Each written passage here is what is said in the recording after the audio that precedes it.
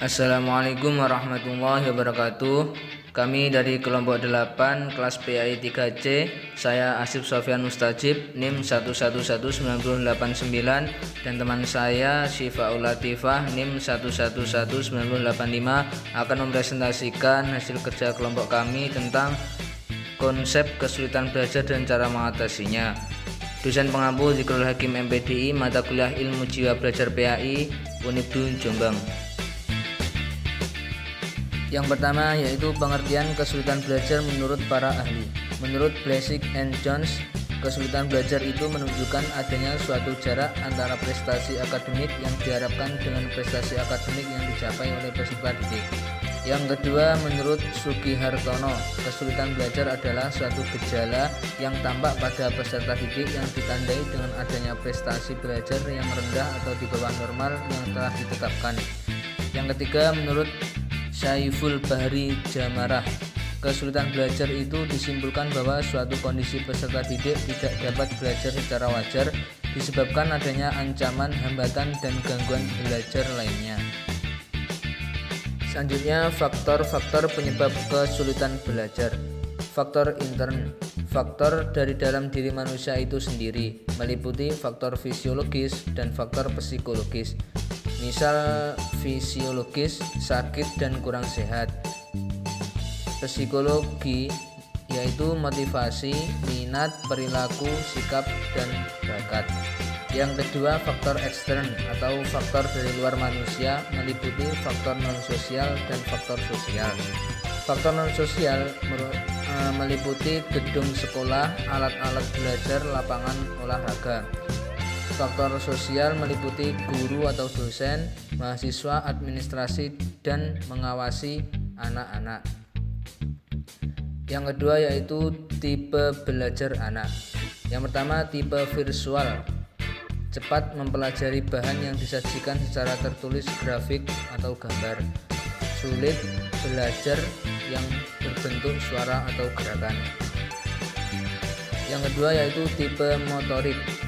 Tipe motorik itu mudah mempelajari bahan yang berupa tulisan atau gerakan, tetapi sulit mempelajari bahan yang berupa suara dan penglihatan. Yang ketiga, tipe audiktif, yaitu tipe ini mudah mempelajari bahan yang disajikan dalam bentuk suara dan penglihatan, akan tapi sulit memahami dalam bentuk tulisan, perabaan, dan gerakan. Selanjutnya yaitu gaya belajar adalah kunci untuk mengembangkan kinerja dalam pekerjaan, di sekolah, dan dalam situasi antar pribadi. Selanjutnya, macam-macam gaya belajar. Yang pertama yaitu gaya belajar auditorial, tipe gaya belajar dengan cara mendengar. Yang kedua yaitu gaya belajar visual, tipe ini menggunakan gaya belajar dengan cara melihat. Yang ketiga, gaya belajar kinestetik, yaitu tipe gaya belajar dengan cara bergerak, bekerja, dan menyentuh. Selanjutnya, jenis-jenis kesulitan belajar, yaitu meliputi hyperactive, decreased, poor self-concept, impulsive, dependency, withdraw, underachieve, overachieve, slow learner, social intersection. Berikutnya yaitu tanda-tanda adanya kesulitan belajar. Yang pertama meliputi prestasi rendah, yang kedua hasil tidak seimbang, lambat mengerjakan tugas, bersikap tidak wajar, dan yang terakhir tingkah lakunya berubah tidak seperti biasanya. Materi selanjutnya akan disampaikan oleh teman saya Syifaul Latifah. Dilanjutkan, materi selanjutnya adalah usaha mengatasi kesulitan belajar. Mengatasi kesulitan belajar ini tidak dapat dipisahkan dari faktor-faktor kesulitan belajar yang telah diuraikan di atas. Karena itu, mencari sumber penyebab utama dan sumber-sumber peserta lainnya adalah mutlak adanya dalam rangka mengatasi kesulitan belajar. Langkah-langkah yang diperlukan ditempuh dalam rangka mengatasi kesulitan belajar. Berikut adalah langkah-langkah mengatasi kesulitan belajar. Yang pertama adalah pengumpulan data. Pengumpulan data dapat digunakan sebagai metode, diantaranya adalah observasi, kunjungan rumah, case study, case history, daftar pribadi, meneliti pekerjaan anak, tugas kelompok, pelaksanaan tes. Dalam pelaksanaannya, metode-metode tersebut tidak harus semuanya digunakan secara bersamaan, akan tetapi tergantung pada masalahnya atau kompleksnya. Yang kedua adalah pengolahan data. Dalam pengolahan data, langkah yang dapat ditempuh antara lain adalah identifikasi khusus, membandingkan antar kasus, membandingkan dengan hasil tes, menarik kesimpulan. Yang ketiga adalah diagnosis. Diagnosis adalah keputusan mengenai hasil dari pengolahan data. Berikut adalah hal-hal yang dapat berupa diagnosis. A. Keputusan mengenai jenis kesulitan belajar anak. B. Keputusan mengenai faktor-faktor yang ikut menjadi sumber penyebab kesulitan belajar. C. Keputusan mengenai faktor utama penyebab kesulitan belajar dan sebagainya. Langkah selanjutnya ada prognosis.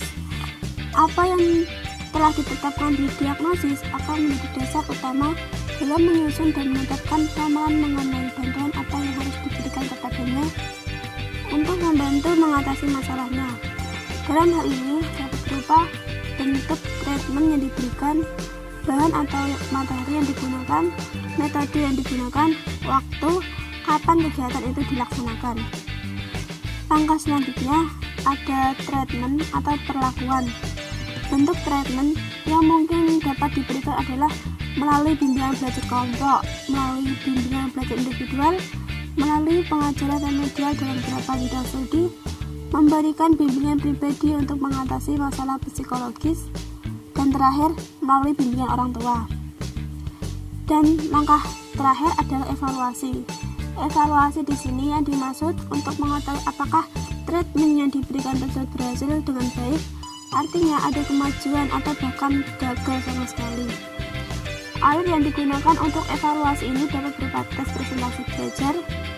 Untuk langkah-langkah yang ditempuh adalah sebagai berikut: retrieval data, reprognosis, retreatment, dan reevaluasi. Sekian dari kelompok kami, semoga apa yang kita sampaikan dapat bermanfaat bagi kita semua dan semoga pandemi COVID-19 ini cepat berlalu sehingga kita dapat melaksanakan perkuliahan secara normal, tatap muka seperti biasanya. Ada kurang lebihnya kami mohon maaf. Ihdinas siratal mustaqim. Wassalamualaikum warahmatullahi wabarakatuh.